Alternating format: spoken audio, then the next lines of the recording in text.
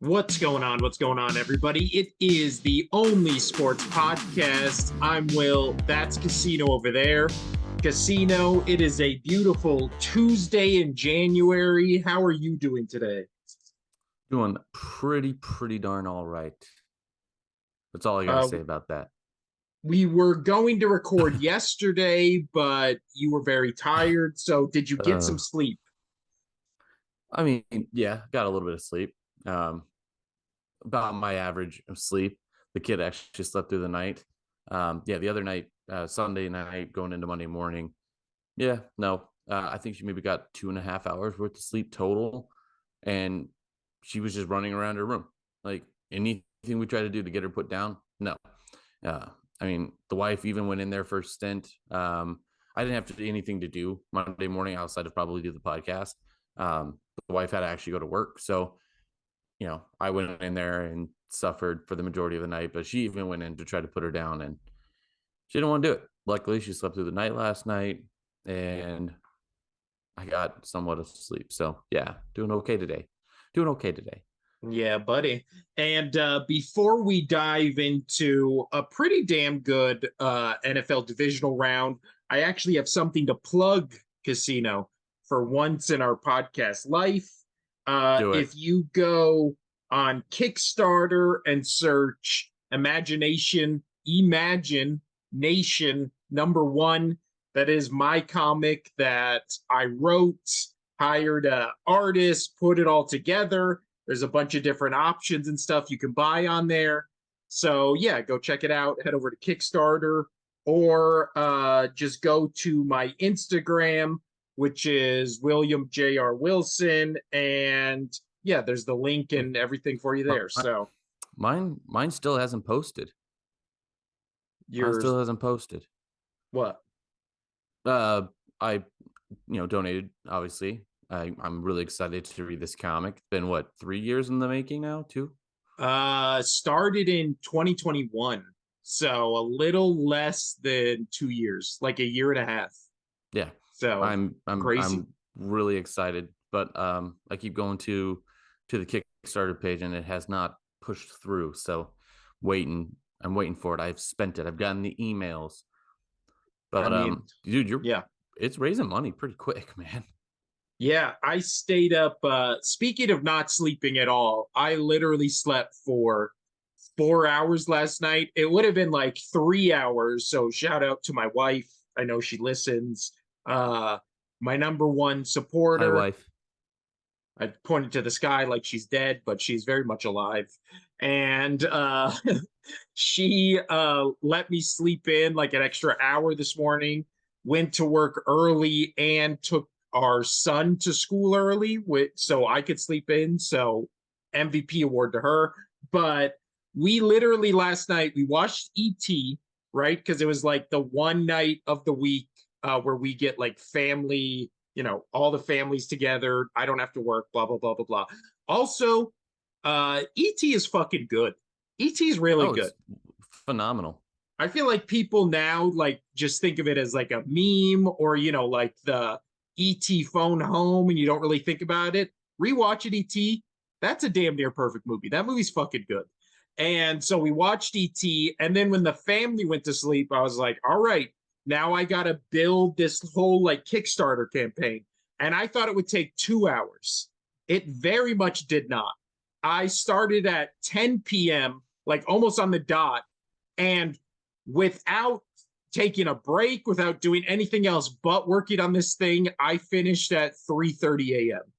Just putting this entire thing together, writing everything out, like creating all the little pictures and stuff like that. It was a pain in the ass, but well worth it in the end. And yeah, it's doing pretty good. So go support it.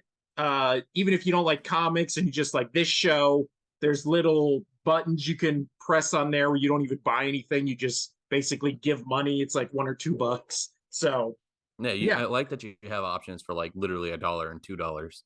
yeah, I think every I little think bit you have it all helps. the way up to like $3 is, Yeah, so and then you have a Kickstarter $5 option. automatically Yeah. it automatically puts like a $1 like just support but don't get anything option. So then I was like, why not $2 or $3? So it's $1, $2, or $3, and then it gets to $5. And at $5 is when you start getting stuff. So yeah, check it out. It's going to be up for a month.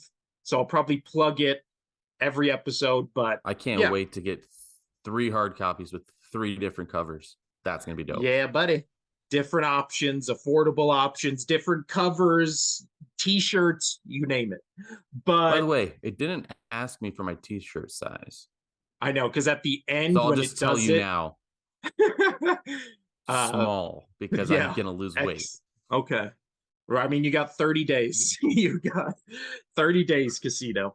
But let's dive into, I think today we're on a little bit of a time crunch. So we'll cover the divisional round games, maybe some other random NFL topics, probably cover the rest of the sports on our next episode, because we only have 2 games to talk about this. 15 minutes. Yeah. So we only got 2 games to talk about this weekend. So obviously next show, where we'll kind of break all that down. But Casino, there's a lot of stories going on. Oh, I know. But coming out of divisional round, just as a, encapsulating the whole weekend kind of thing, did it go how you thought it would? No, it didn't, obviously. You kicked my ass in the picks. Oh, it's almost like I was segueing to that or something. I know exactly what you're doing. I'm just going to beat you to the punch, asshole. So let's see. I don't know if you've checked or not, Casino, but no, you're smoking me. You're smoking me. Last week, I went 5-1 on our playoff picks. You went a very respectable 3-3, right? Very respectable. My 2-year-old went 4-2. So, you're in 3rd place right now. But is it too late to retract my donation to your Kickstarter? That money's already gone. It's already gone. It hasn't exited my account yet. I've been watching. I've been waiting for it. It hasn't. It hasn't posted. And I'm giving you shit, but we actually did finish both 3-1 this week. We finished both 3-1. You both 3-1? Yes, because we both picked the Eagles. We both picked the Chiefs. You picked the 49ers. I picked the Cowboys. I thought you picked the Bengals. I did pick the Bengals, but you picked the Bills. But I picked the Cowboys to beat the 49ers. All right. So we were the same on Eagles Chiefs. And then I thought the Cowboys would win. You picked the 49ers. I picked the Bengals. You picked the Bills. All right. So essentially, you're 2 games up on me. So what I have to do is literally go opposite of for the championship games. And Super Bowl. So there's 3 games remaining. I'm 2 up on you. So there's still a chance where you are the comeback kid and pull this off. Okay. It can happen. Minnesota Miracle has nothing on what this would be. It would be just a beautiful sight to behold.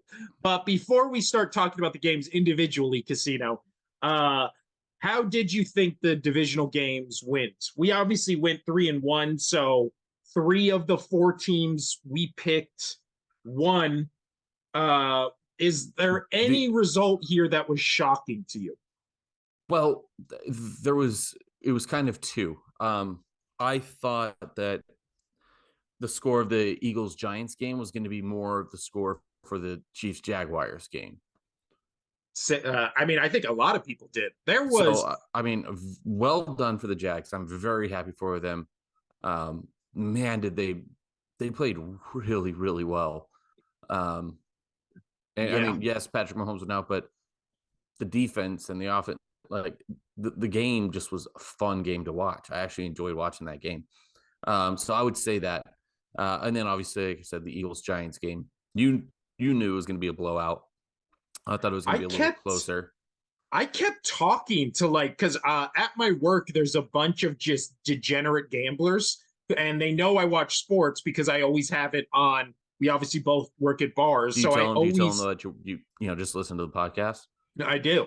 But they're always see me watching sports. They're always see me talk about sports. Unlike on this podcast, in person, it actually sounds like I know what I'm talking about.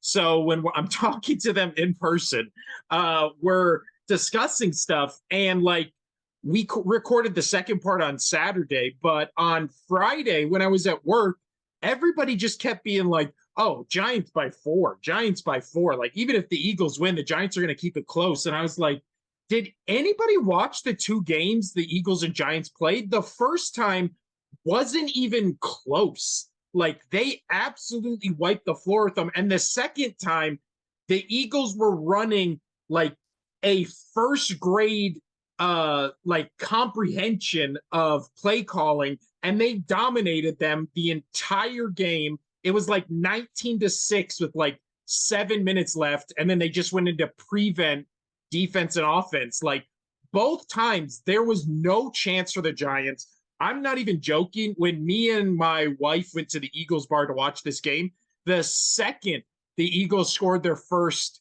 because, obviously before every Eagles game, I'm always really nervous and like my stomach hurts and I'm overthinking everything, blah, blah, blah. The second the Oh, Eagles. That's just your Yeah, that's lactose my life. intolerance hitting you. Yeah. I mean, I was eating Philly cheesesteaks with cheese, so it might have been a combination of both. But what is it? The first touchdown the Eagles scored, I was like, oh, they're going to win this game.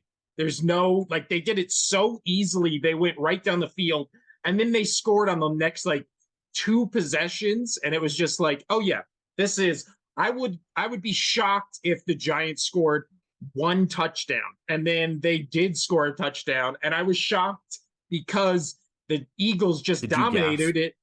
But like, my coworkers weren't the only one. Unlike Friday, like, all these sports shows were doing like their upset picks and what they think's going to happen in the divisional round, and everybody just kept being like, "It's Giants." I just thought it's Giants. I just thought it was going to be a little closer. Giants were not going to win that game. I just thought it was going to be a little closer. That's all. Yeah, I honestly, I mean, obviously you're nervous going into any one and done situation, especially when it's your team, but I feel like this was the most confident I'd been in my team, where, as we've seen throughout the season on this podcast, I was always really like hesitant to put my, I sent you that meme where it's that the porn star, what is it, Riley Reid, where, it's always the thing where it's like something like, oh shit, you're gonna make me, and then like people always take out the last words, and then somebody put her in an Eagles hat, and then it says believe, and that's how I've been the whole fucking season, right? The Vikings game, I was like, they're really fucking good, and then they rattled off all those victories in a row, and that was a good meme. Yeah, it's a good meme. I was gonna say that was a good meme, but the best one though is when somebody dressed her up as a clown and said, "Oh my gosh, you're gonna make me honk." That was my favorite one of all time. I mean, yeah, we need more memes on this show. Maybe just put them up, flash them on the screen or whatever. But maybe when we get an editor, well, that's you. But I don't like editing, so we just need to hire an editor and just be like, put a meme, a different meme every 7 minutes. You're making one of our viewers very, very happy, because that's something that he suggested to me. What, hiring an editor? Yeah. No, this is the podcast. It's just 2 bros hanging out, talking. Okay. So now you're just contradicting yourself. You're just being an idiot now. Well, no, I don't want to edit. If we hired an editor, that would be fantastic. But I'm not going to do it. Well, that's what he's saying, is we should hire an editor. Oh yeah, I mean, we can talk about that. I'm fine with that. Yeah. But now that we know that's good at editing, huh? Maybe Hawk. Yeah, I mean, he's the only one. He knows how to Photoshop. That's all you need, right? Yeah, pretty much. But let's before we get into the more specifics of the games, let's just start diving in casino. We'll go game 1. We'll just go game by game. First up is the now eliminated Jacksonville Jaguars went into Kansas City, hobbled Patrick Mahomes, and still ended up losing 27-20. You talked about this game, Casino. I agree with you. This game was very fun to watch. Thank you. Yes. And very much so.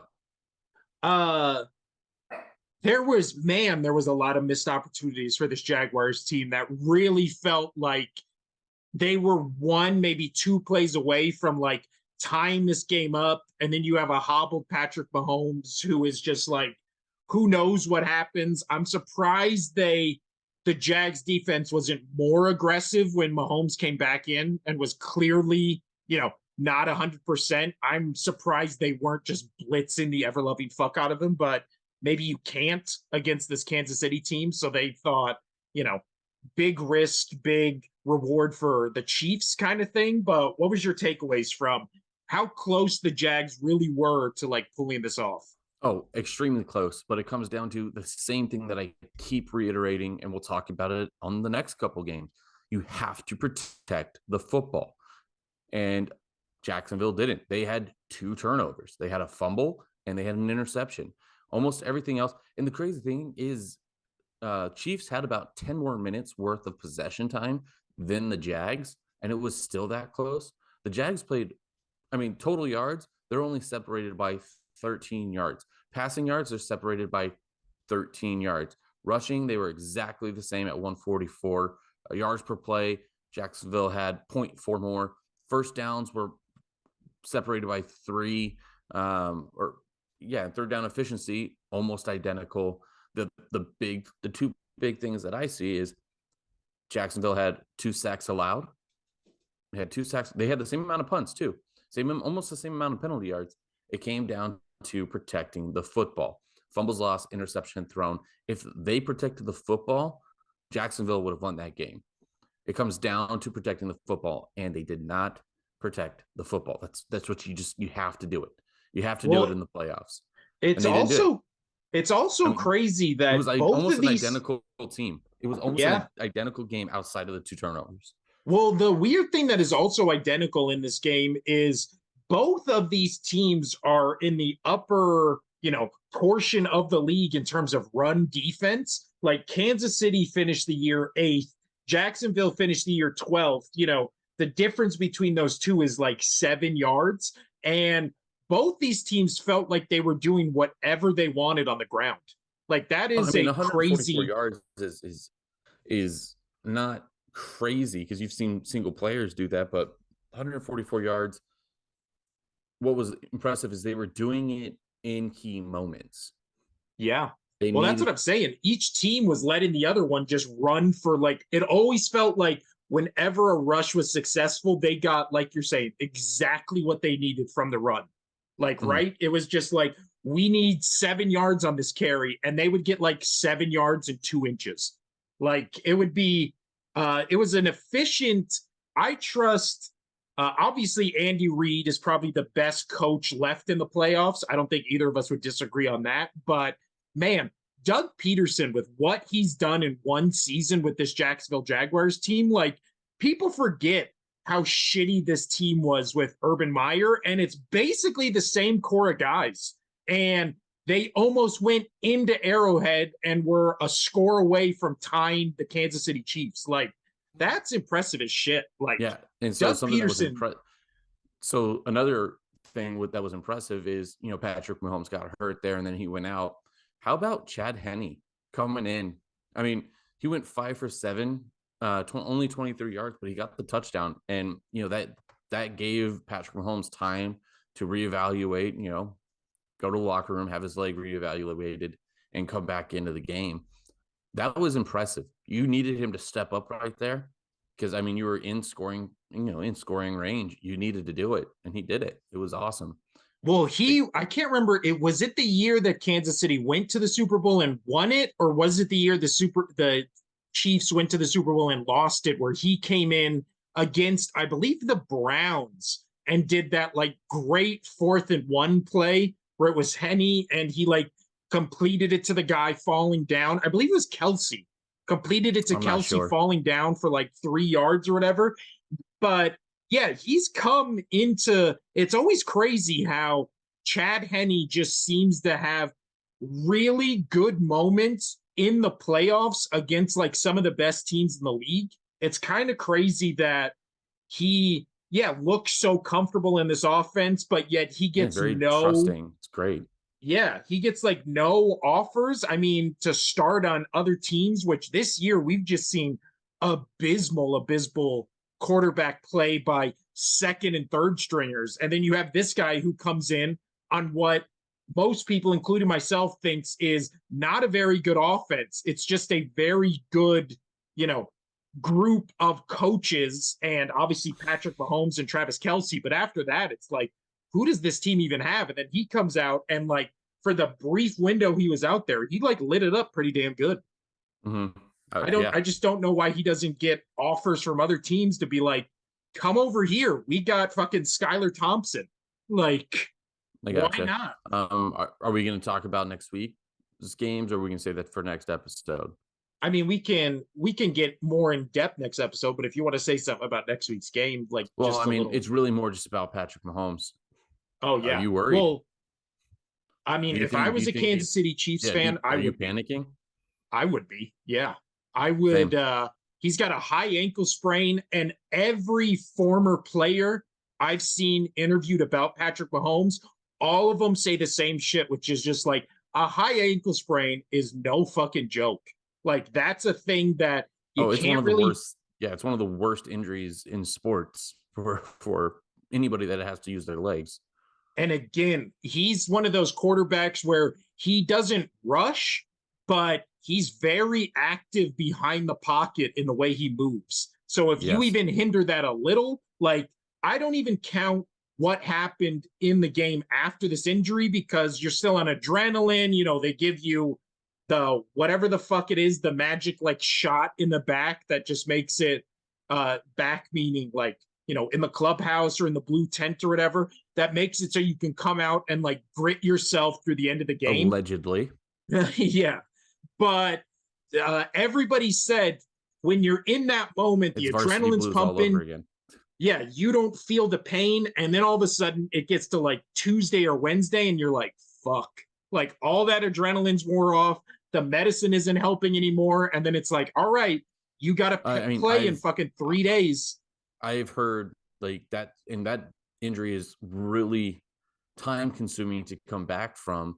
I've heard athletes say, and athlete doctors, there we go, say that it's almost better to actually have a break, because then you know you 100% have to stay off of it. You know, they boot it up, this and that. With a high ankle sprain, there's really not much they can do for you. Like that's rough, man. That's rough. But I would be panicking.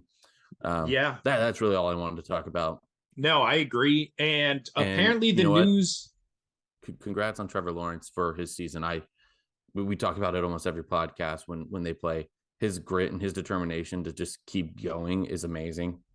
Kudos to him. And you know, great job for the coach as well. You know, and you know what? You've seen it firsthand though, because you had some Eagle teams that were just riddled with injury, and yet he was still taking them to either the postseason or right on the brink of postseason. Yeah. You know, I remember that one game. I was at the Eagles bar with you, and you were just telling me like, oh yeah, this receiver they picked up like last week, like off. I think it was the Giants game, wasn't it? Yeah, it was against the Giants. It was Travis had to lose, and Cowboys had to lose, and then you guys had to win to go through. And I remember that because I actually had a few friends that I knew that were Giants fans that were in the bar, and I was just like, "You guys are fucking idiots." And I talked to him after that game, and I was like, "He's like, yeah, why do you think I was at the table closest to the door? Because like if anybody came after me, I was out the back door." And I was like, "Oh, that's smart." Yeah, at the Eagles bar I go to, the only real fans they're hostile towards are like Cowboys fans. Like Cowboys fans come in, but it's mostly because of the type of Cowboys fans who come in, where they don't try to do it low key.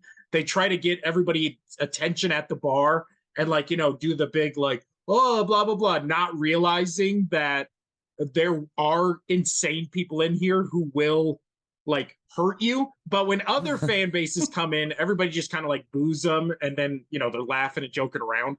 But and that's exactly what happened when I went there for this Giants game. There was a couple Giants fans who were like fine, and they were like joking around with people and stuff. But there was this one fucking Cowboys fan who was this like older lady who was just like standing in the middle of all the tables, like dancing and cheering and stuff, and saying how the Cowboys were going to win. And yeah, people were, I mean, like You I should. don't I know mean, you how. guys should have just been very hospitable and, just got her a couple shots. Maybe something like flaming Dr. Pepper or something, and you know, whatever happens, happens.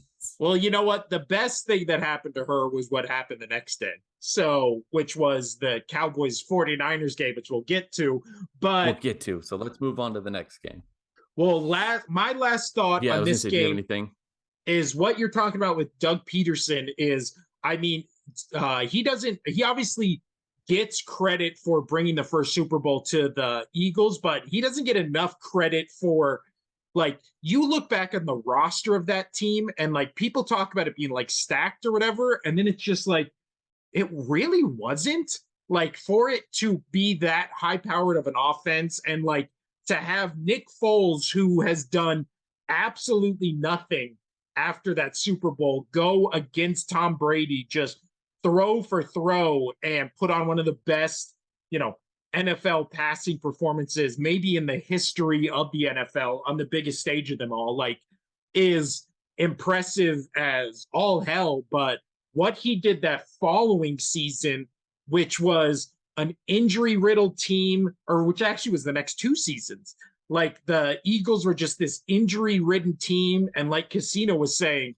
they would just hire guys you'd never heard of at like positions where they were at like fourth and fifth string. And then they somehow took both of those teams. One was almost in the NFC Championship again if Alshon Jeffries catches one pass in the Saints game. And then the year after that, they were like 5-7 and then won 4 in a row to get to 9-7 and were one dirty clowny hit away on Wentz from winning, probably in Seattle. So yeah, I just have nothing but love and respect for Doug Peterson. And I still think he's just one of the most underrated coaches ever. When you talk about best coaches in the NFL, his name never gets brought up, but yeah, it should. Nice bow, Casino. Thanks. That was the Saturday afternoon game. Let's get to the Saturday night game. My Philadelphia Eagles win in Philadelphia 38-7 against division rival the New York Giants. Yeah, again, I think I've kind of said all I was going to say on this game, which is I was just shocked going into it how many people were just not looking at like what the Giants had done against the Eagles and only focusing on what the Giants had done against the Vikings the two times they played them, which we talked about how teams are built.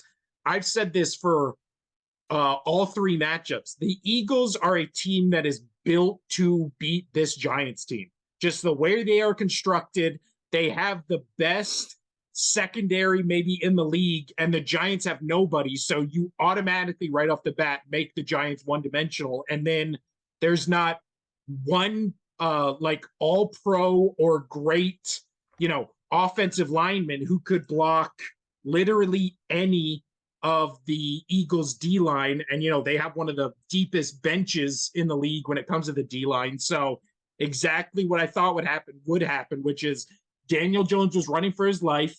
He never had a chance to throw.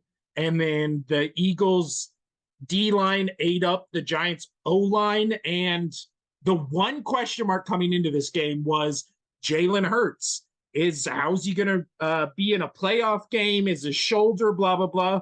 He goes 16 for 24, 154 yards, 2 touchdowns. He rushes 9 carries, 34 yards, and a touchdown. He looked phenomenal. His first touchdown pass. A lot of people, I've seen a lot of people like, oh, he's only got 154 yards. Like, that wasn't that good, yada, yada, yada. Well, guess what? He didn't have to throw the football that much when the rushing was absolutely insane. Just insane. Did you expect Gainwell to have as many yards with that many carries, or did you expect Sanders to be the leading rusher? I honestly thought it would be Boston Scott.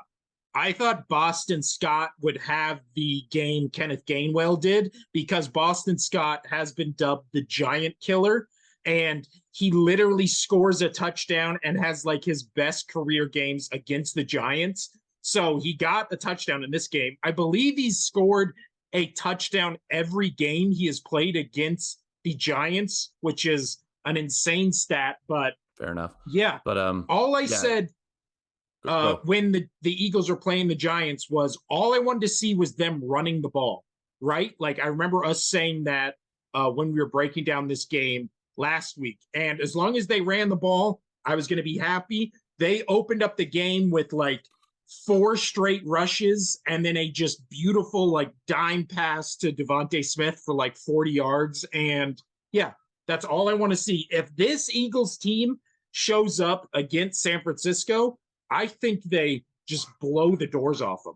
Like I don't think Well, anybody it's going to have to can. come to the passing game because we've talked about it. San Fran's secondary is a little iffy.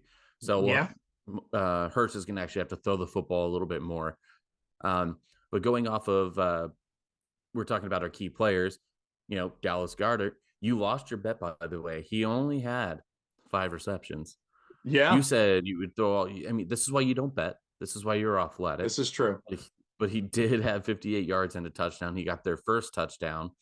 Awesome for him. You thought, I remember you hit me up, you were like, called it, player of the game. He's got the first touchdown. He's going to He got his first touchdown, and I was like, oh, man. I text Casino, and I like even told my wife, I was like, oh, he's going to get one more of these. He's going to get like 10 more receptions. I did not think the Eagles would blow out the Giants so quickly that they just, the second half of the game, they basically just stopped passing the ball because they didn't need to. And the Giants, as we see by the rushing stats, they didn't need to. The Giants could not stop a single run.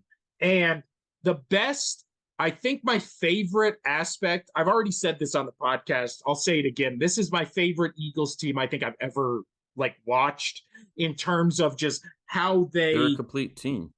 And my favorite thing they do, they get up like 14 points on you, and then you score a touchdown, and then it's like, oh, it's coming back. And then every single fucking time that happens, all they do is take 7 to 9 minutes off the clock on the next drive and just slowly and methodically go down the field, and they'll do like a counter for 4 yards. They'll do a sweep for 3 yards. They'll do a tight end screen for 6 yards. Then they'll do like a 20-yard pass. And then they'll do a QB sneak on 3rd1. And it's just all these little chunk plays that they do where it just is like running off the clock, taking all the momentum away from what the other team thought they had.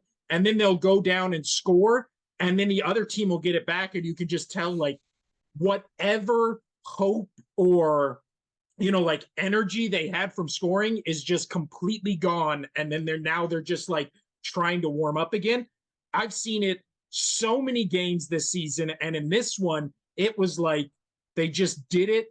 I think they had like a 9-minute drive that took, almost all, I believe the 3rd quarter. And they just went from their 10-yard line down to score. And you could just see the Giants players just being like, what the fuck what are we even supposed to do? And it's just so satisfying to watch as a fan. And I just imagine it's so fucking frustrating to watch, like as an opponent, like, a fan of the opposing team, just seeing them slowly go down the field and just get 2 yards, 5 yards, 6 yards. And then it's just, I heard this when I was a little kid, and it stuck with me. You win football games 5 yards at a time. Yeah. I mean, two 5-yard plays, you're at a first down. That's why I loved watching Tom Brady. He had to do that because they didn't have, outside of Randy Moss, they didn't really have many big, deep threats. So they're throwing everything within those 10 yards, and it's just just slice and dice of a million different cuts. Also, the defense looked phenomenal. They sacked Daniel Jones 5 times, which is insane. So I picked Brandon Graham. He did have 2 tackles and a sack. We already knew that Hassan Reddick was going to go in there and crush. He got a sack and a half with 4 tackles and 1 assist on another tackle. He had a game, but we already knew that he was going to have a good game. So, and I'll tell you what, the stats do not do him justice. When you watch Eagles games, he is every defensive play. He is within a second of fucking murdering whoever the other quarterback is. Always. He is right there. And then finally he'll like get home. But the amount of pressure he causes other quarterbacks like is fucking astounding. Like it is really impressive just how this guy, I feel like, is an under the radar player. And just every year, if you look at his stats, has basically this season every year. And then the Carolina Panthers were like, oh yeah, we can't keep him. Like, just get him out of here. And the Eagles were like, immediately signed him and then signed him to a long-term contract. And he is just paid off, I mean, in buckets. But as you were talking about the Tom Brady aspect of the Patriots, the difference between that and the Eagles is the Eagles do this thing where they take a giant butcher knife and stab you 2 times in the stomach. And you're like, you have these giant gaping holes. And then you're like, oh my God, they missed every major organ. I'm going to be fine. And then the rest of the game, they just do quick slashes. So then by the end of it, you just have 1,000 cuts that are all bleeding and then you die. That is what this Eagles team is. This was a lot more graphic than my 1,000 cuts. But it's just like they do death by 1,000 cuts after they fatally stabbed you twice. The second this Eagles team gets up by 2 scores, like the game's over because all they do is just, no pun intended, like bleed the rest of the clock out. Well, I mean, like, time of possession, I'm looking at it right now. New York had just over 24 minutes, and the Eagles had close to 36 minutes. Yeah. And you know what's crazy is that's almost the same difference with the last game, the Jags and Chiefs game, but the Eagles were able to score. So that Jags and Chiefs game was very close to being lost. Yeah. For the Chiefs. Well, and that was a 1-score game. That's why, I mean, I'm picking it now, so you have to pick the other team because we have to be different here. I'm picking it now. Bengals. They're my pick. Dibs. Oh, well, you never respect Dibs. No, you do. But no, I do. Tommy doesn't. People don't. Tommy does. Yeah. But I actually will pick the Chiefs. And I will pick the Chiefs because I would much rather face the Chiefs in the Super Bowl than face this Bengals team. I want to see Joe Burrow in the Super Bowl again. I mean, I only want to see them if it's here's the thing. 49ers. I would love it to be your team versus I'm actually okay with any of these teams winning the Super Bowl. I really am. I'll be honest. Your team, yeah, I would enjoy because you make you happy, and I've been saying that they've looked like one of the most complete teams all season. So, that would just cap that off, which would be awesome. I also feel like I love Joey B, and we'll get into that and why I just love him so goddamn much. And he's even more awesome now. San Fran, because Purdy, that would be a great story for that kid. I think that would be awesome. Are these final 4 quarterbacks, are they 4 of the most likable quarterbacks in the NFL? Like, honestly. Close to, I would say, yeah. I mean, who could hate Hurts, Burrow, Mahomes, or Purdy? Like, they're all fun to watch. They all seem like good dudes. They're not like douchebags. You have the 2 MVPs that are also wholesome guys. They haven't shown anything to be dicks at all. Then you have the underdog story with Purdy, and then you just have the coolest cat out there, fucking Joey B. Before we go on to the Bengals Bills game, when it comes to the Giants or Eagles, let's switch to the Giants. And my only question there is, has Daniel Jones shown you enough this season where if you were the Giants GM, you would re-sign him to a long-term contract? I would, but I wouldn't be giving him a shit ton of money. They need a little more offensive weapons. He had a much better season this year than he's previously had. So I'm not against signing him again. He's definitely showed promise and growth this season. I mean, nobody expected him to make the playoffs. And then they made it to the divisional round, for crying out loud. Like nobody's like that's a success. We picked them to be one of the worst teams in the league. Oh, 100%. Because all they had was, in my opinion, Daniel Jones and Saquon Barkley. Like, yeah, that was it. And you have to be good. You actually have to be decent. And who was my pick for the X factor for the Giants? I picked Daniel Jones, Yeah. right? And That is who I picked, right? Right? No, I uh picked Saquon Barkley. yeah, no, you picked Saquon. Yeah, but here's the But thing: Saquon Barkley didn't do jack shit. Collected between rushing and receiving, he didn't even make 100 yards. He didn't do shit. yeah. Daniel Jones needed to protect the football. We talked about. I know we talked about that. That's why I was thinking if he was my pick. I couldn't remember, but he threw an interception, only 135 yards. He needed to protect the football a little better. He needed to be better at quarterback, and he just wasn't. He just wasn't. Well, So, I also think if you look at this Giant season, like none of the problems they have are quarterback related, right? oh, Like none. So I would re-sign him. I would too. I mean, I don't think, again, like you're saying, I don't think you give them a Patrick Well, Mahomes $500 million, but I think I you mean, there's going to definitely be make quarterbacks him, out there that are going to be available to pick up in this offseason. Certain teams need certain quarterbacks, my team included. Um, but I think Daniel Jones shows enough to keep him in there, man. yeah, For I what he agree. did with having nobody. I mean, like his receiving core. So you have Richie James, Matt Breida or Breida, right? Breida. Breida.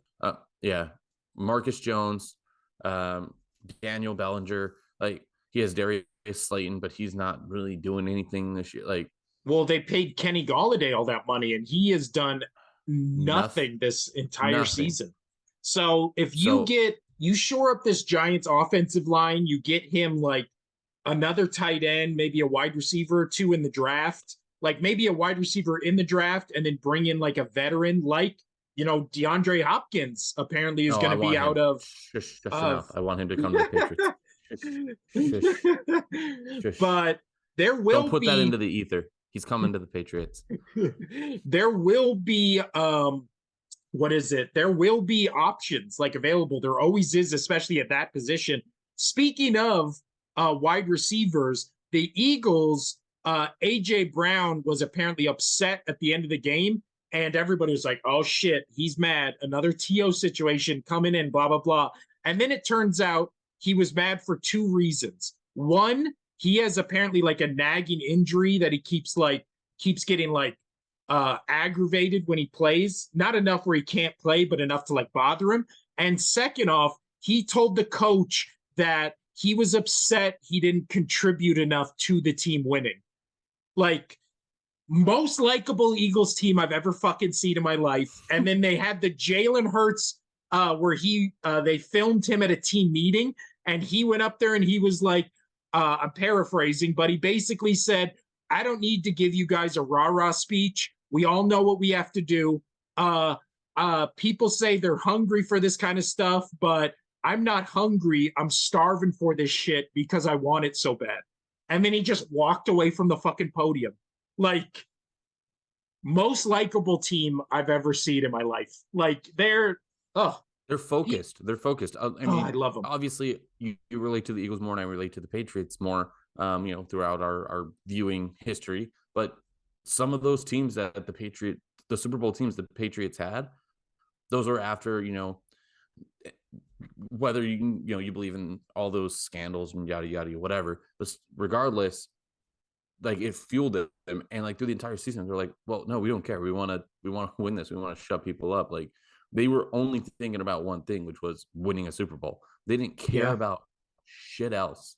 And Yeah. that's And what I you like want that. that's what you want in a team is where they block out all the noise and they're just like, fuck it. Yes, let's go. We're gonna win this. Um, yeah. So I mean, wonderful. So we talked enough on this. We're actually going really long on these, but I'm okay with that. We can even just do the whole show with this. I'll be honest. Yeah. I'm having a good time with talking about this football. Well, Uh, now we move from Saturday to Sunday casino to talk about the Sunday games, which I feel like collectively were two better games than the games we saw Saturday, uh, because they were teams that felt more evenly matched, I guess. And I feel like that's why the NFL did it. We talked about what we would do last episode to like switch the games around. Uh, the 20 or the Cincinnati Bengals go into a snowy Buffalo. Great to see an actual oh my snowy gosh, it game. was a great snow game. and it snowed the whole time. It looked fucking great. The Cincinnati Bengals win 27-10 in Buffalo against the Buffalo Bills. Before we dive into the game, Casino, this is your time to shine. Give me your conspiracy theory. I fucking love it. Hit us, hit, I mean, hit the, give the viewers this gold. Okay, so I mean, I'm not trying to like deep dive into this, whatever, but what everybody's putting on the internet and the conspiracy theorists throwing this out there, they actually have legitimate concerns. So Damar Hamlin goes into the stadium. Apparently, Damar Hamlin goes in and he's present, which he gets carted in, and you see the cart pulling up from the video. He's got a hood on, glasses, and a face mask. Fine, it's cold outside, right? It's cold outside. I give him that. I mean, it was cold. It looked cold as shit. So getting over there, but then I was like, okay, so it must be cold in the tunnel. Fine.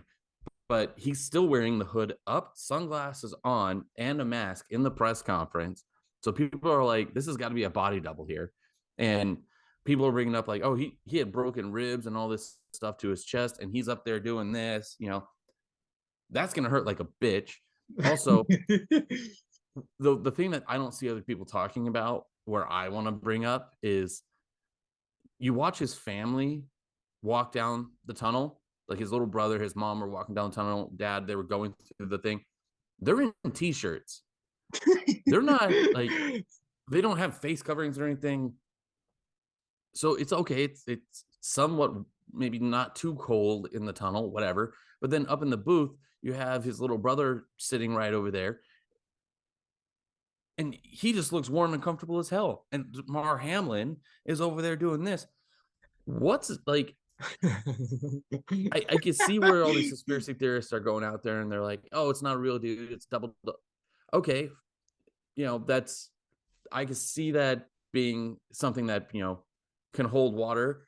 But all you have to do, literally all you have to do, is just make a 3-second video. You don't have to do a whole interview with nobody. You have a Twitter, you have all these social media things. You can literally just take a 5-second video and just go, hey, Damar Hamlin here. I'm doing better. Thank you for all the love. Boom. Show your Go face. Buffalo. Go Buffalo. Show your face. We still have not seen any picture of Damar Hamlin at all. I mean, Jeremy Renner, Marvel superstar Hawkeye, he got ran over by a giant snow tractor, a snowplow, and he still took a picture of himself beat up, looking awful, and just like looks like he's on his damn deathbed, because essentially he was pretty much there. Yeah, that was a scary. Can we not see one picture of Damar Hamlin? Like one picture? Well, that's where I find it funny. That's where I find it just to be weird. I'm not saying that wasn't him. I'm just saying. I mean, I'll say it. I don't think that was him. There's no fucking way. Okay, I completely agree with your conspiracy theory. Okay, then I'm. See, here's the thing. I'm not saying that I'm joining that conspiracy theory. I just think it's weird, and all those people who are saying that, I back them. So I mean, I guess you are saying that, but I guess I am saying that I believe in the conspiracy theory, but I understand what they're saying. I can see why their argument holds water. Yeah, like So you say that it wasn't. You don't think that it was him? No. And okay, so let me ask you this. All right, so here's the hot question: do you think that he actually died, and this is a double or something like that? No. See, that's too far. That's too far the conspiracy theory. I've seen people saying, oh, the reason his face is covered is because this is a lookalike guy that they're having plastic surgery done, and he's not done with his plastic surgery to look like Damar Hamlin. And like, see, that's when it just goes off the rails for me. Yeah, those are dumb shit. Also, the same dumb people who are just like, this happened because of the vaccine, as if we didn't see the exact hit it happened on. And then there's been a ton of people who've come out and been like, this happens when you get hit really hard at a specific point, like blah, that's blah, blah. That's one of the like, dumbest things, because it was a fucking vaccine. That's fucking dumb. Again, all like, I'm pretty sure a large majority of the NFL players have gotten the vaccine and it only affected this guy that one way. That like helps the vaccine. Why is saying this happened because of the vaccine bad when almost all NFL players are playing after they got the vaccine? Like, I mean, whether you believe in it or not, or whatever, whatever your take is on the vaccine, is that vaccine is not going to do anything negative. I mean, I don't know. I'm not a scientist, but that's not what it's supposed to do. It's not supposed to stop your heart. Yeah. So again, that's the dumb shit conspiracy theory. Same with like you're saying, and I'm agreeing, like he actually died and blah, blah, blah. I do think, however, first off, we missed our over or under because we forgot that it snows in Buffalo. They would have shown him in the press box 9 million more times if every time they cut to the press box, it didn't look like you were like trying to look through like a foggy window because it was snowing so bad. So you couldn't even see he was up there. I honestly think that's why he quote unquote attended the game, because you couldn't even fucking tell.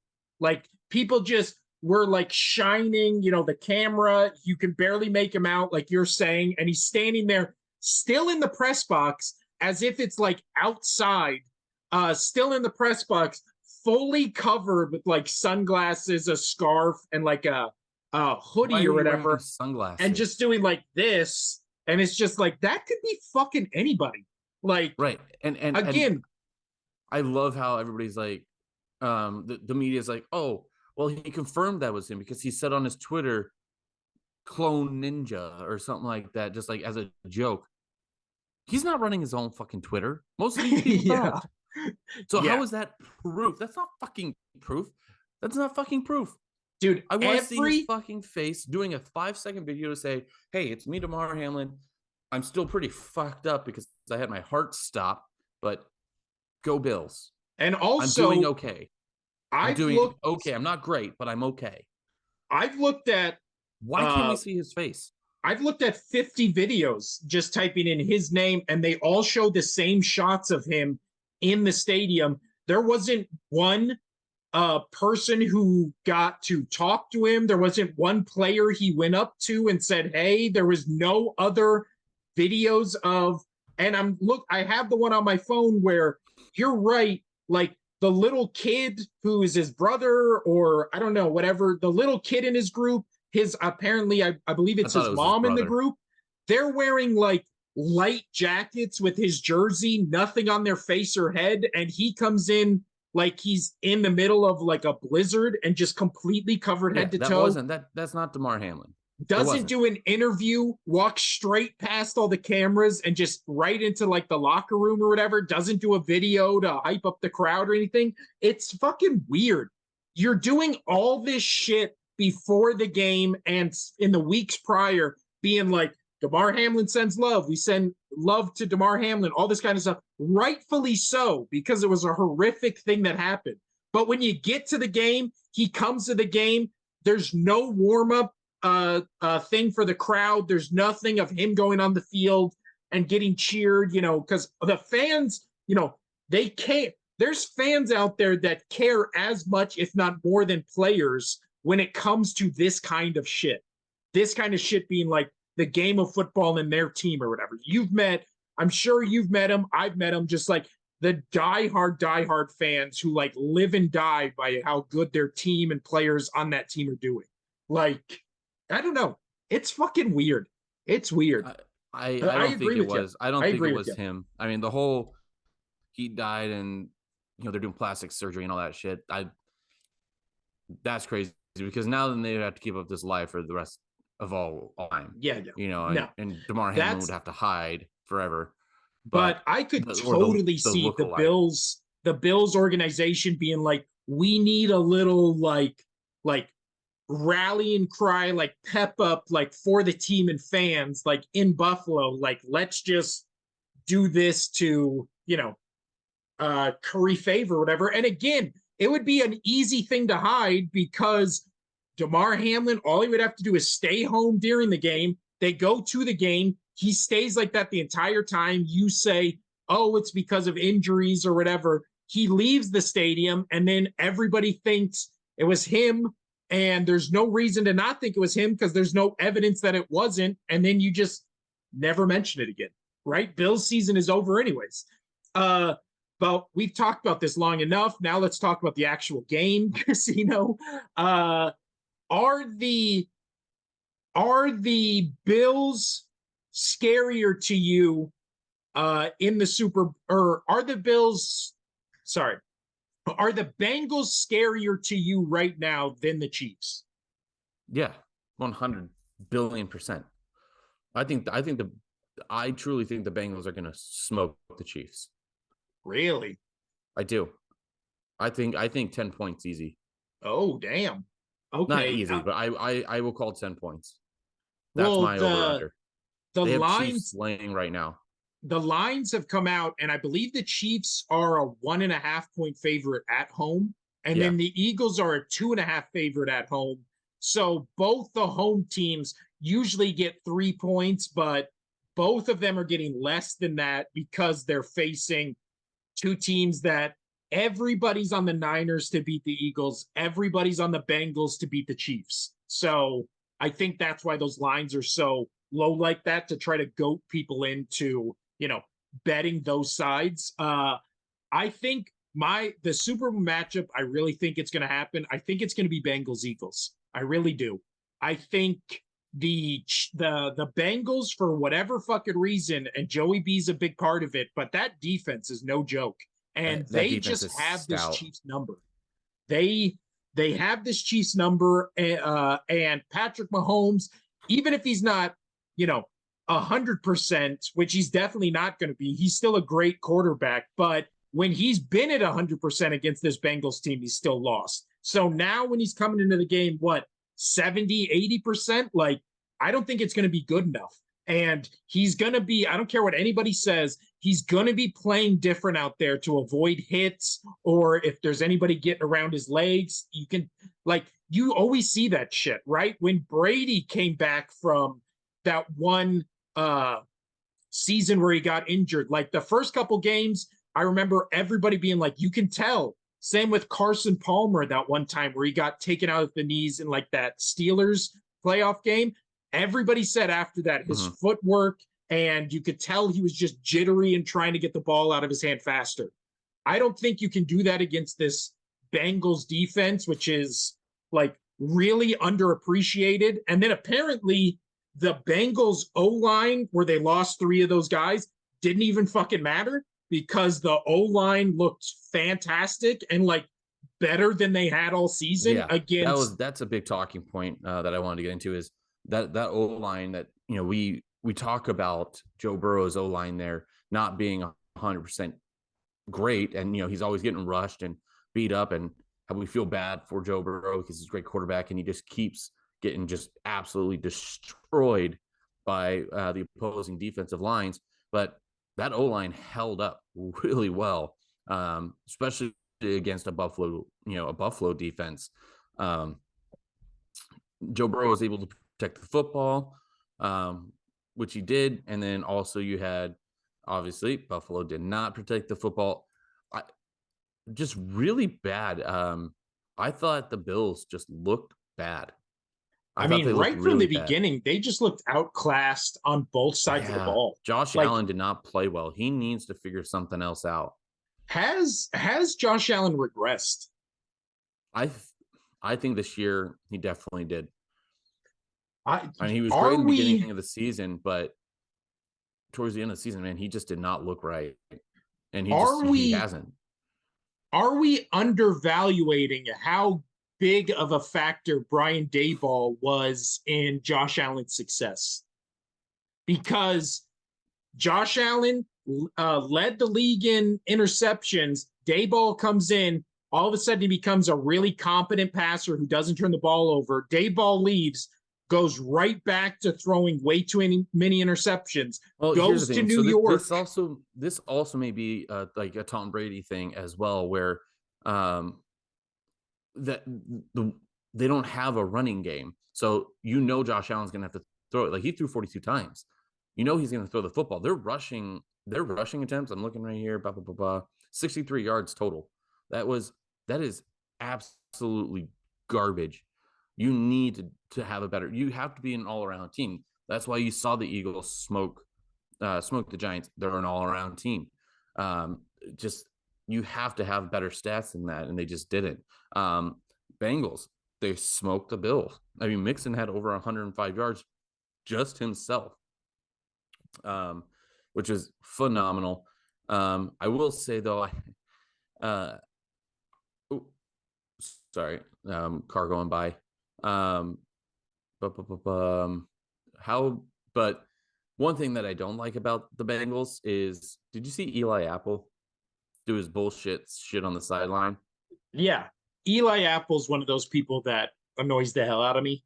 Ugh. And so for the viewers, if you didn't see it, he basically he acted like he bent somebody over a bench, and he's sitting there just doing like the smack ass thing and like fucking hip thrusting into him, and like, and then the worst one was when they all go to the end zone to do the snow angels, which, that's harmless. They're just doing snow angels. I've seen it plenty of time during snow games. But then he sits up and then he acts like he's shooting the crowd. Fuck, bro. I mean, easy, not the best look. Not the best look to pop up and look like you're shooting the crowd with a fucking AK-47 or something like that, some sort of assault rifle, at a fan base that the previous game you guys played, one of their players almost died or did die. We don't know yet. I don't see his face. We're not sure. So the story is still out on that one. But I mean, receiving, man, he spread the ball around like crazy. All of his top players, Chase, Hurts, Higgins, like they all had good receptions. Nobody broke over 100. On the podcast. The highest was, what's up, wife? Okay, bye. I'll call her back. I still like Tom and Jeff podcast. I mean, she's cool and all, but whatever. Sorry, wife. But no, I think the thing coming out of this game is also Josh Allen. Not only is he careless with the ball, but he is also, I feel like, kind of losing the team a little. You saw after the game, Stephon Diggs on camera on the sideline was just chewing his ass out for missing him. Like, he looked wide open in the end zone, and then he just held off. Is that more of a Josh Allen issue or a Diggs issue? Because they've had beef all season. They really have, and Diggs hasn't been getting a lot of the looks, and that frustrated me. I had Diggs on my fantasy, and there's some games like, the semifinal, they didn't play because that was that game, but not the game before that. So my quarterfinal matchup, like, I wanted to see more out of it, and I've noticed just by watching my fantasy that they have a disconnect. There's something going on between those two. So I don't know how much I buy, with Diggs going after Allen, if that means he's losing the whole fucking team. I think that just may be a Diggs Allen issue, but it's still an issue with your number one receiver. Yeah. Well, there was also reports of Diggs. Apparently he just went to the locker room, grabbed his shit, and like left. And then teammates had to like go get him to come back. And then he left again. And then he did a tweet, like, I believe the next day, where he was just saying, like, I don't know why people want me to be okay with losing. I like those kind of players. Well, that's fine. But he also was targeted 10 times and only caught the ball 4. Yeah. How about you be better as well? I mean, I don't know if those were all like out of his way, but you can also be better.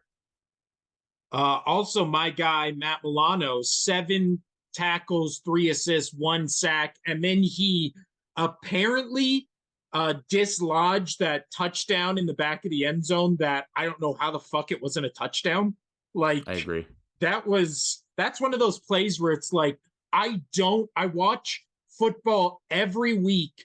I watch every game on the Red Zone, always watch the Eagles games, always watch Monday, Thursday, Sunday, Saturday football games.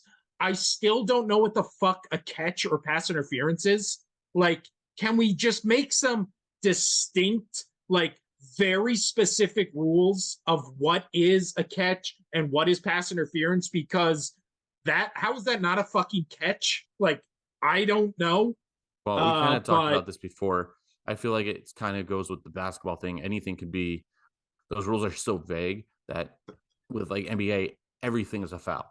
yeah, Everything's a carry. Like, what happened to the carrying rule? Like in NBA, I like have no that idea. doesn't exist. Well, we Yeah, can also say that about like holding and shit. Like holding, it'll be like a guy will be doing the same thing 10 plays in a row, and then all of a sudden they'll call holding when it's like a 50-yard completed pass, and you're just like, so it was fine on the 9 plays that did nothing, but the 50-yard pass, all of a sudden it's holding. Like, I just want them to be more specific on the rules and then be like, okay, going into this season, this is what holding is. This is what pass interference is. This is what roughing the quarterback is. This is what, a catch is. And just like give very clear, specific ramifications and definitely don't do the fucking thing where it's just like, oh, well, it's up to interpretation. Like, no, it isn't. It's pretty fucking white and black of what is and isn't a catch. Why whoa, are we whoa, trying to whoa. like muddy it up? Ugh. But uh anything else for either of these teams before we move on to the Yes, last one, Casino? yes, because I want to say why Joey B is just the coolest cat ever. Is Oh, the afterwards, refunds line. dude, the refunds line was just the fucking best. Like, hey, how do you feel? And he goes something like paraphrasing again, just like, oh, they better start giving out refunds because if the Bills would have won, it would have been at a neutral site with the Chiefs. And I fucking love that because the Bengals got shafted really on this Oh yeah. deal. Um, And and also, I I think that's think a little at this, fire. I think that's a little fire under their ass, but I think they're excited to go into KC and fucking whoop some ass because I think they're pissed. I think they're real pissed. But Joey B is just, I want to be his friend. I really do. I want to go and smoke cigar. I think I told you, like, I want it to be an Eagles Bengals Super Bowl because obviously if the Eagles win, I'd be happy for you. But if the Bengals win, by the way, you better host a party if the Eagles do make it. I'll come to that. oh, okay. Yeah, I'll think I about it. mean, even if I it's just will, me, I don't care. You can make a party for one, and you can. well, might be going to the Super Bowl if the Eagles make it. It's in Arizona. So if my wife just heard that, we'll talk about it. But But yeah, I mean, and then on the flip side, if Bengals win, I'm gonna do everything in my power to go smoke a cigar with Joey B to celebrate his Super I mean, Bowl. on this I think you'd podcast, be let's the make it greatest happen. person. I I think just that'd think be you'd be the awesome. greatest person to smoke a cigar with. Just Yeah. fucking can't wait. I just can't fucking wait. This is why I want Because he looks cool smoking a cigar, not like his he fucking does. counterpart, dipshit Eli Apple. Eli Apple smoking that cigar looked like a fucking twat.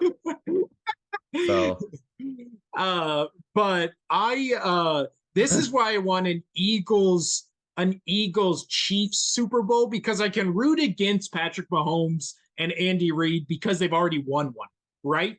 I can't root against Joey B and the Bengals because they haven't won one. They were so close last year. And like you said, like he's so fucking likable. I really like So this I mean, I will be Bengals honest. I team. love you to death. I love you to death. I really do. But if it is the Bengals, Eagles, I wouldn't hate it if the Eagles won because you would be happy. But I would probably be cheering for the Bengals. Just Yeah. just so you know, just so this is out there, just so this is out Well, there, and first, you I'm not know. going to be Cowboys fans and just pencil us into the next game without winning the one that's in Oh front no, of I us. said I said if it's an Eagles Bengals Super Oh, Bowl, I know. I just But want I'm I just saying, want you to know that I still love you, but I would be rooting for the Bengals and Joey B to win the Super Bowl. But if yeah, you guys won, I'm happy for you. Just throwing that out and there and that's so fine. you know. You can root for the Bengals. The only thing I request is that you wear the Tom Brady Super Bowl jersey that you've never put on since the Eagles game when the Eagles and Bengals play. I just want then you can root for the Bengals all you want, and I will have no qualms about it. Oh man. I thought of that yesterday in the shower, and I was like, I'm I don't definitely know. saying that. I don't know. I don't know.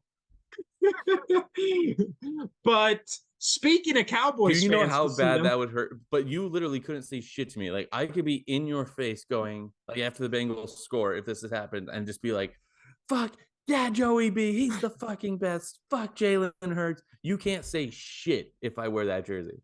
yeah, Okay, that's the good because deal. that okay.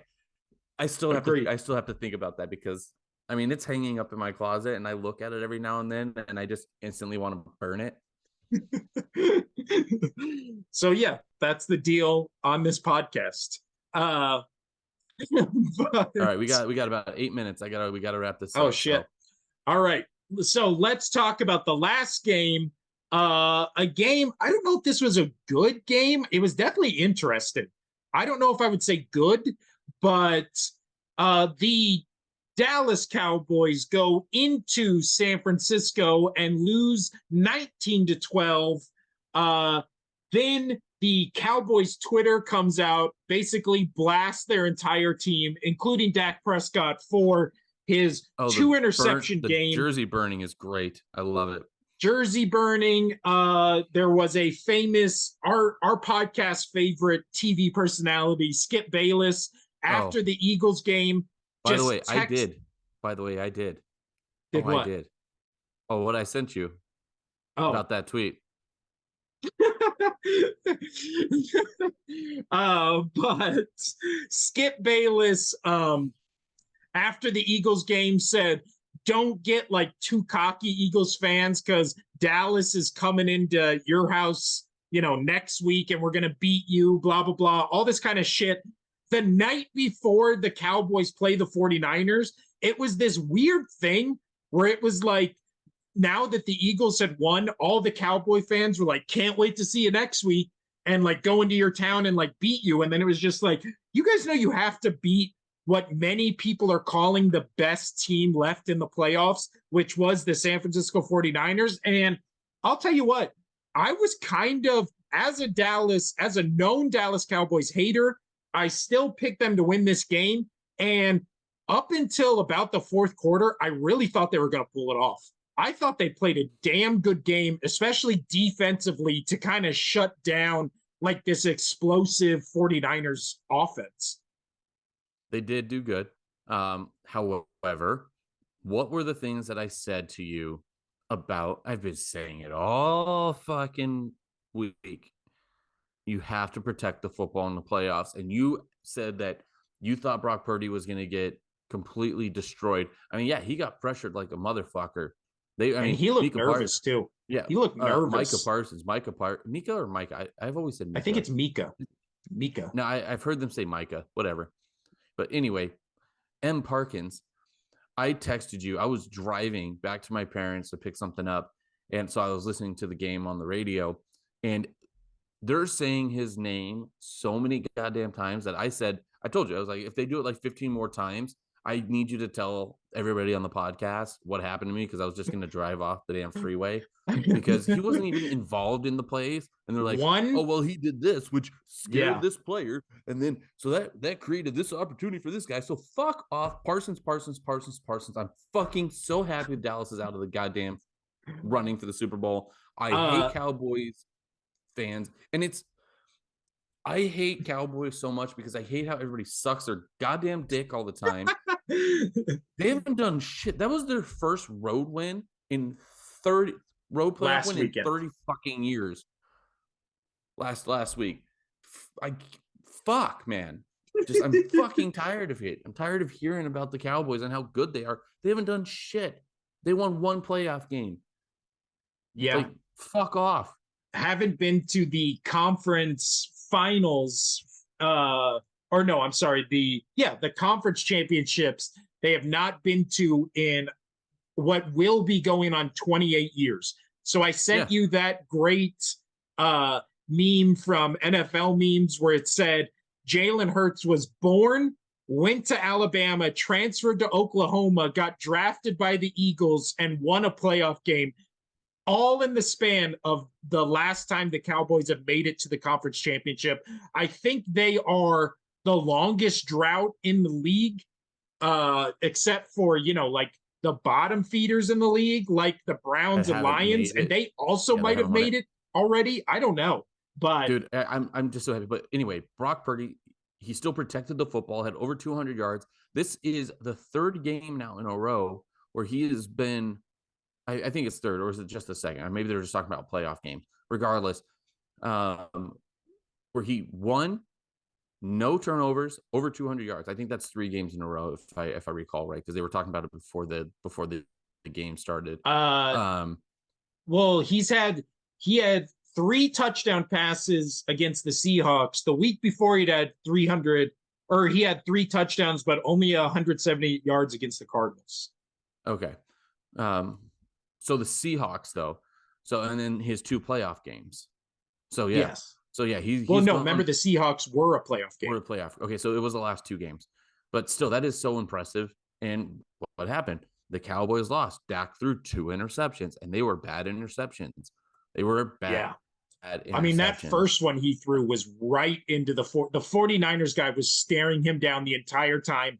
Prescott never took his eyes off him, threw it almost directly to him. Like, right.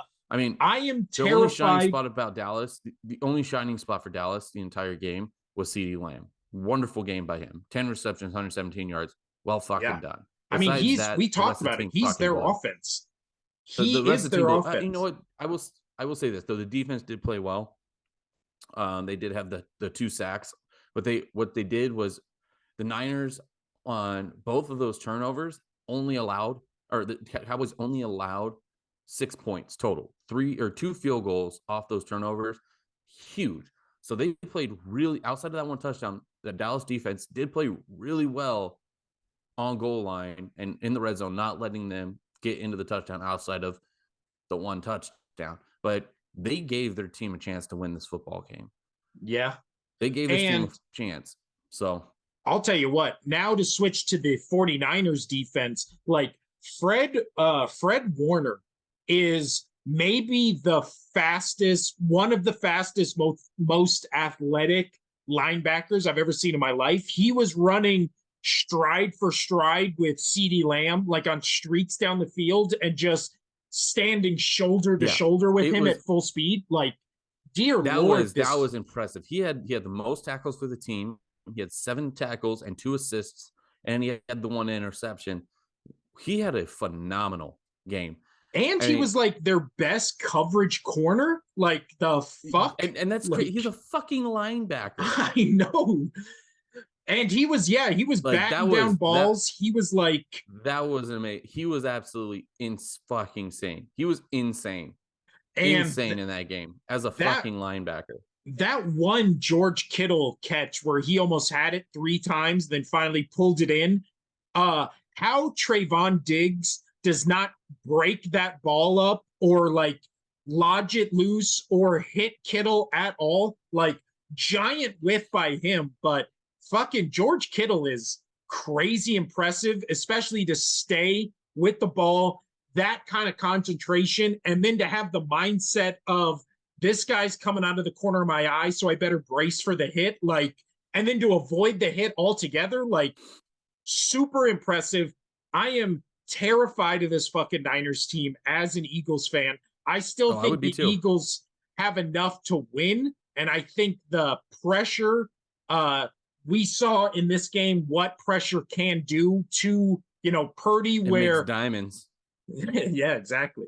But Purdy has also never gone into a place like Philadelphia in an NFC Championship game. I mean, ask Case Keenum how that went when you're, new to playoff football and you're going into Philadelphia. Like, I don't know how he'll hold up to the pressure, but he's been one of the most impressive quarterbacks since he started. So I'm not going to say he won't be able to handle it, because he's handled a lot more shit than people thought he would. I mean, I don't know if you've heard this or not, Casino, but he was the last pick in the draft. Nobody ever mentions this. right? Like they don't say it every fucking third time you say his name. But at this point, what you're saying right there is just irrelevant. Apparently, last thing on this game before we get out of here, Hurts and Purdy played one time in college where Purdy was at Iowa State. Jalen Hurts had already transferred to Oklahoma. The score was 42-41. Oklahoma won. Purdy had 5 touchdowns, 300 yards. Jalen Hurts had 300 yards, 3 touchdowns. So well, here's the thing. In college, it's not just a quarterback game. No. And also they're going to be playing both on much, much better teams than those Oklahoma and especially Iowa State games. It's going to be a fun game. It'll be an absolute fun game. I think it'll be higher scoring than obviously this game, which only ended 19-12. But I also do think it's really going to be, or it's going to have to be, a defensive showcase for both these teams, because both these teams just have crazy, fast, athletic, and just hard-hitting fucking defenses. I'm terrified of this game, but I'm also relieved that it's the morning game, so I know who I should be rooting for in the game after. If my Eagles lose, I'm a Bengals fan. If my Eagles win, I am all on the Chiefs train, just because I don't want to play Joey B and the Bengals. But again, not going to think about it until they beat the 49ers. Until an hour from now when you text me and you're like, I fucking can't stand this. Oh, I can't. I'm already shitting bricks, and it's Tuesday and the game's not till Sunday. I don't know if I'm going to make it. I'm terrified. Anything else before we get out of here, Casino? Nope, I'm ready to get going. I got to get going. All right. We'll see you guys maybe Thursday or Friday. Definitely one of those 2 days where we'll talk about the rest of the sports, break down the 2 conference championship games. Maybe do that X Factor bit again. I thought that worked fantastic. And we nailed a couple of those picks pretty damn good. But I've been Will. That's been Casino. Go check out my Kickstarter, Imagination #1. And yeah, we'll see you next episode. Adios, Casino.